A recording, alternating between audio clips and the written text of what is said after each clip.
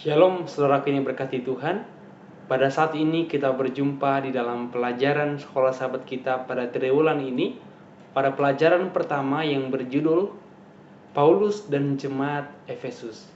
Jadi ini merupakan gambaran besar mengenai kitab Efesus, siapa penulisnya, apa tujuan dari kitab Efesus, bagaimana kronologi dari kitab ini, dan di akhir kita akan pelajari apa isi dari kitab Efesus ini. Jadi sebelum kita ke sana, saya akan membacakan ayat inti dalam pelajaran sekolah sahabat kita, tertulis dalam Efesus 1 ayat 9 dan 10. Sebab ia telah menyatakan rahasia kehendaknya kepada kita sesuai dengan rencana kerelaannya, yaitu rencana kerelaan yang dari semula telah ditetapkannya di dalam Kristus sebagai persiapan kegenapan waktu untuk mempersatukan di dalam Kristus sebagai kepala segala sesuatu, baik yang di sorga maupun yang di bumi. Yang pertama, siapakah penulis dari kitab Efesus ini? Dalam Efesus 1 ayat 1 dan Efesus 3 ayat 1 telah dinyatakan bahwa penulis dari kitab Efesus ini ialah Paulus sendiri. Paulus menuliskan kitab Efesus ini dengan mengkhawatirkan orang-orang percaya yang ada di kota Efesus ketika mereka menjadi tawar hati sehingga mereka melupakan apa artinya mengikut Tuhan. Paulus khawatir kepada orang-orang yang ada di jemaat Efesus.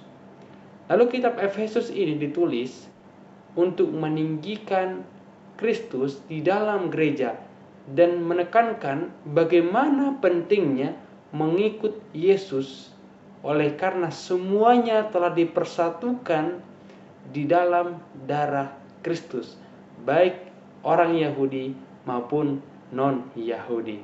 Oleh karena itu gereja adalah bagian dari Kristus dan gereja perlu bersatu di dalam Tuhan Yesus Kristus, dan gereja perlu dipersiapkan untuk menghadapi ajaran-ajaran sesat, ajaran-ajaran palsu, serigala-serigala yang akan masuk ke dalam gereja. Dan Paulus juga meminta supaya jemaat di Efesus tetap membangunkan pengharapan yang ada di dalam gereja supaya mereka mampu untuk menghadapi masa-masa sulit yang akan mereka hadapi di hari-hari yang akan datang. Kitab Efesus juga berbicara secara khusus mengenai daya pikat dunia yang terjadi pada saat itu, oleh karena ada budaya pengaruh-pengaruh yang tidak baik oleh karena kecanggihan teknologi yang sudah ada di dalam kota Efesus, memberikan pengaruh yang buruk oleh karena orang-orang kafir yang ada pada saat itu. Dan hal yang sama juga terjadi pada saat ini.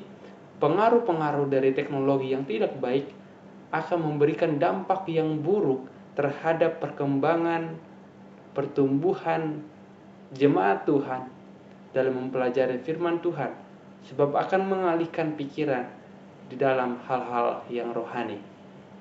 Oleh karena itulah, maka di dalam kitab Efesus ini nanti akan kita lihat bagaimana Paulus juga mempersiapkan jemaat Efesus untuk menghadapi masa-masa di mana mereka akan menghadapi banyak-banyak pencobaan.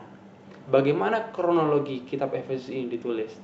Pada tahun 52 Masehi, hal yang pertama Paulus lakukan ialah dia mengadakan kunjungan singkat ke kota Efesus, di mana gereja belum ada.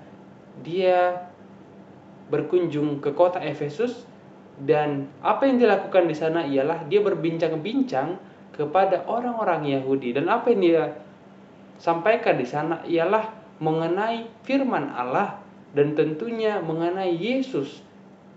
Dan hal yang menarik di sana ialah orang Yahudi meminta kepada Paulus supaya dia tetap tinggal lebih lama di sana, oleh karena mereka tertarik kepada ajaran yang disampaikan oleh Paulus. Namun Paulus menyampaikan bahwa dia harus segera pergi ke Antiokhia, dan dia berjanji setelah itu dia akan datang kembali ke kota Efesus jika Tuhan berkehendak. Lalu pada tahun 53 Masehi, Paulus menepati janjinya dan dia kembali kepada jemaat Efesus selama 3 tahun sampai tahun 56 Masehi. Apa yang dilakukan di sana ialah membangun jemaat Tuhan di kota Efesus. Dan pada tahun 57 Masehi, ketika dia di Miletus, dia bertemu dengan penatua-penatua jemaat. Dia menyampaikan, bercerita bagaimana dia telah membangun jemaat yang ada di Efesus, bagaimana dia telah menginjil, bagaimana dia telah mencucurkan air mata oleh karena rasa cinta kasih sayang kepada orang-orang yang di Efesus. Dia telah melakukan banyak kerja keras dengan cucuran air mata oleh karena kasih sayang yang dia berikan kepada orang-orang yang ada di Efesus.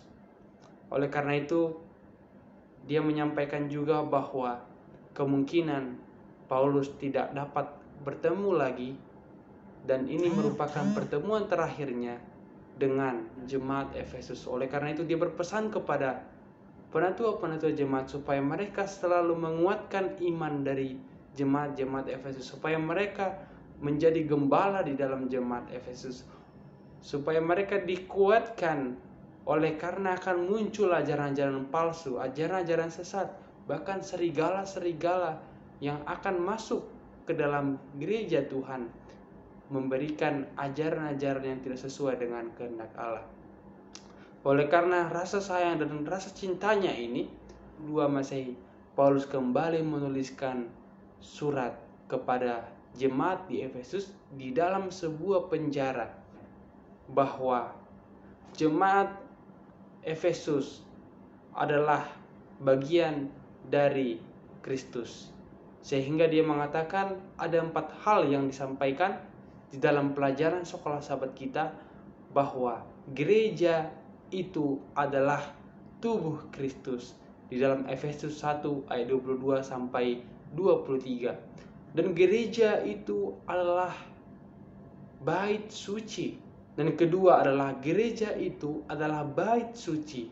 Yang ketiga, Paulus juga menyampaikan bahwa gereja itu adalah pengantin perempuan yang akan dipersiapkan bagi kedatangan Tuhan yang kedua kali. Dan Paulus menyampaikan bahwa gereja itu adalah prajurit-prajurit Allah.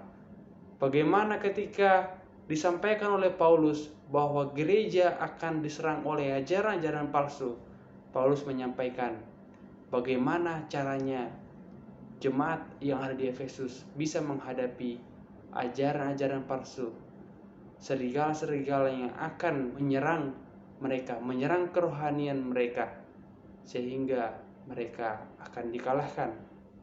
Tetapi ada pesan Paulus yang disampaikan, yaitu supaya jemaat Tuhan memakaikan baju jirah kebenaran, menggunakan iman, menggunakan perisai, selalu dekat dengan Tuhan, memakai iman, memakai pengharapan di dalam Kristus, bahwa mereka harus tetap setia kepada Tuhan. Jadi inti dalam pelajaran sekolah sahabat kita ini adalah untuk menegaskan bahwa keselamatan itu telah diberikan oleh Yesus Kristus, dan jemaat telah disatukan oleh darah Kristus, sehingga jemaat Efesus harus tetap setia mengikut Tuhan walaupun pada masa-masa yang sulit. Kiranya Tuhan memberkati kita semua.